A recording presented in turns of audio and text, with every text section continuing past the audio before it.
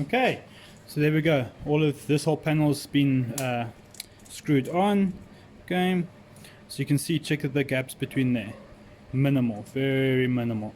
So that's come together very nicely, right? This you always have a tricky section here. That's why I say just hammer it to form it a little bit more. Otherwise you'll always have a gap there. So there we go. I'm very happy with that. That's quite solid on there. So that's looking good so far. Alright, then we're going to go on to do each one individually. When carrying on, always leave at least one panel on. This will obviously give you your shape, so now the rest of the whole shape won't move at all. Okay, so you can see it's obviously a little bit of flex in here, but as you put on, and you'll feel how solid this now side is now because this panel's been riveted on. Okay. Alright, so I'm going to carry on and do the rest of these.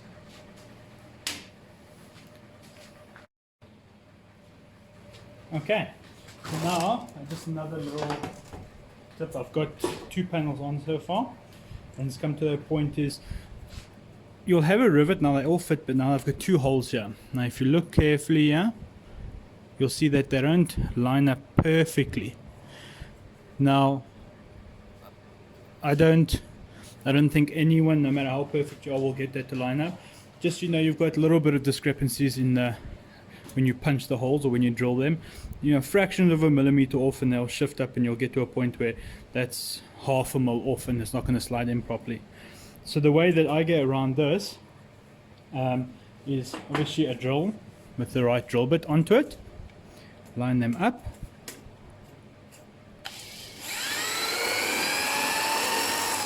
okay, and now they line up. Okay, so that's just how I deal with it. Now you'll find that when you start riveting it together, you'll probably notice it quite a bit more, and that's just because when you start riveting, you're pressing it now very tightly together, so you start squeezing and stretching the steel a little bit, so you'll find that these line up. You get more and more frequent holes that don't line, even though they're lined up perfectly with the screws into them. The screws allow for a certain amount of give in the hole, but then the rivet won't fit in, because the rivet does fit up in those holes very tightly, and yeah, you'll find that you'll have to do this more and more often, okay, when you start riveting it. But so far so good, looking very good. Okay, so just again, line up, see, it doesn't go through.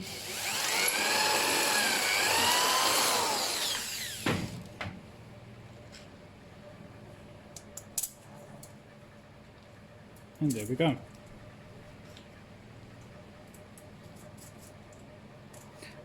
All lined up.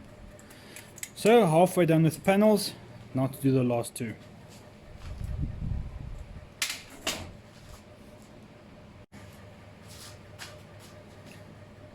Okay, so now all the panels is okay. So all the panels are now on. It's now nice and sturdy, it's looking very good. Come down to the nasal guard. So I've cut this piece here out of 1.6mm mild steel. I definitely suggest making this out of a thicker piece of steel so it's got less give, because it sits over the mask like the helmet like that, and it does take a knock, it can bend rather easily. And the one thing that you have to, if you're making armor, I think I've mentioned before, the main thing with armor is supposed to protect the wearer from getting injured. It doesn't help if the armor itself injures them, which can easily happen. It happens a lot. Armor itself can injure the wearer. So you've got this piece here, if it's thin, it gets knocked in here, this cuts his lip or bends in into his lip or his nose or so on, it can be rather problematic.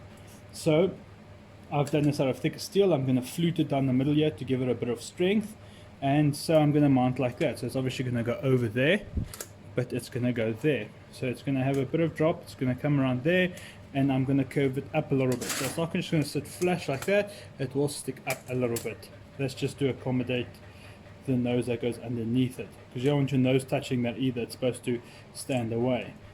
So there we go. So now I'm going to just do a bit of forming on it, get it rounded up there, flute the end here, and we'll go from there. Okay.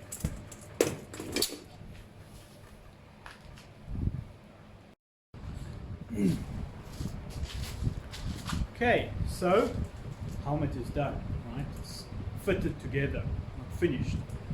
Obviously these screws are not finished. Someone asked, oh, but it's not finished yet. No, they will be changed with rivets. This is just holding it together. So yeah, it's coming along nicely. Fitting, the nasal guard is in place. The nose fits very nicely. It's got a nice height to it. Obviously there'll be a little padding that goes into there to lift it up a little bit. We'll get to that obviously near the end. So what I want to ask from you, obviously if this is in time, if I get a good response in time, I will follow your advice, otherwise I'll carry on. But the finish that we're going to do for it. So I'm now obviously going to polish them up so we can get the finish. So first of all, different types of polish that I can do. I'm going to start off with the 120 before I get there. You can leave it as is like this rough forged finish and that. You can, it is an option. I wouldn't necessarily, it would have been done really. At least some sort of polishing would have been put onto this thing. But yeah, so first I'm going to do a 120 grit sand. I can do a satin finish, which I do on most of my stuff. I can go for a more of a high gloss finish. Won't get mirror finish. I can try, but I won't. Otherwise I can go for the second one would be the nice higher grit finish. Then we've got the option of doing either leaving it like that, bluing it, heat bluing, oil blackening. So those are the 4 different options: satin finish, gloss finish, blue, oil blackened.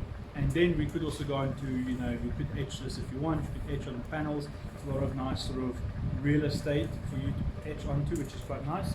Etch onto the nasal guard, so on like that. I don't think we're going to go after that. After that, once I start putting it together, then we'll start looking at the liner and then the chainmail.